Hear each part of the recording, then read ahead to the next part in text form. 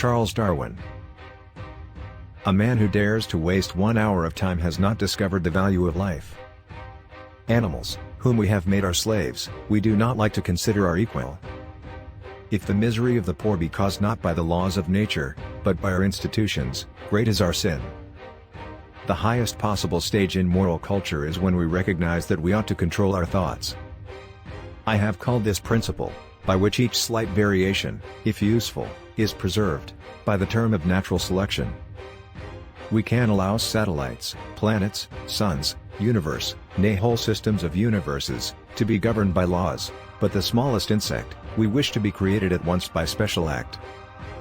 False facts are highly injurious to the progress of science, for they often endure long, but false views, if supported by some evidence, do little harm, for everyone takes a salutary pleasure in proving their falseness. What a book a devil's chaplain might write on the clumsy, wasteful, blundering, low, and horribly cruel work of nature.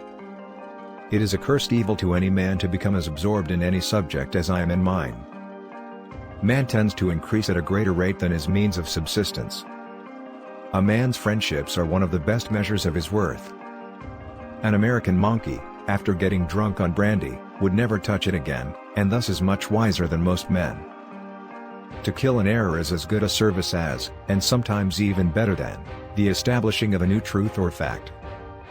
I have tried lately to read Shakespeare and found it so intolerably dull that it nauseated me. At some future period, not very distant as measured by centuries, the civilized races of man will almost certainly exterminate, and replace the savage races throughout the world. My mind seems to have become a kind of machine for grinding general laws out of large collections of facts. Man is descended from a hairy-tailed quadruped, probably arboreal in its habits. A moral being is one who is capable of reflecting on his past actions and their motives, of approving of some and disapproving of others. Ignorance more frequently begets confidence than does knowledge. It is those who know little, and not those who know much, who so positively assert that this or that problem will never be solved by science.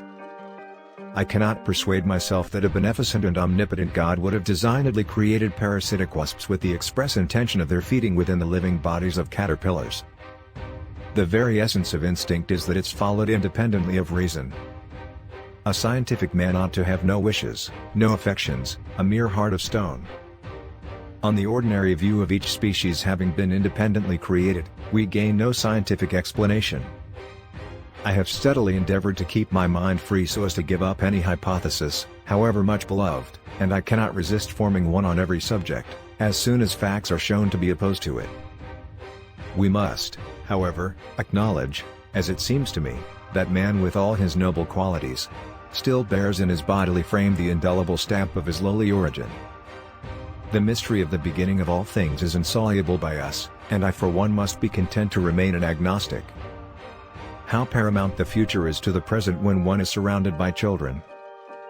I am turned into a sort of machine for observing facts and grinding out conclusions.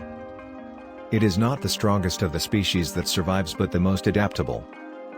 We are always slow in admitting any great change of which we do not see the intermediate steps. In conclusion, it appears that nothing can be improving to a young naturalist than a journey in distant countries. The more we know the immutable laws of nature, the more incredible miracles become for us. Motivational quotes, Charles Darwin. We hope for your support, in the form of likes and comments. Thank you for watching and listening. Please subscribe.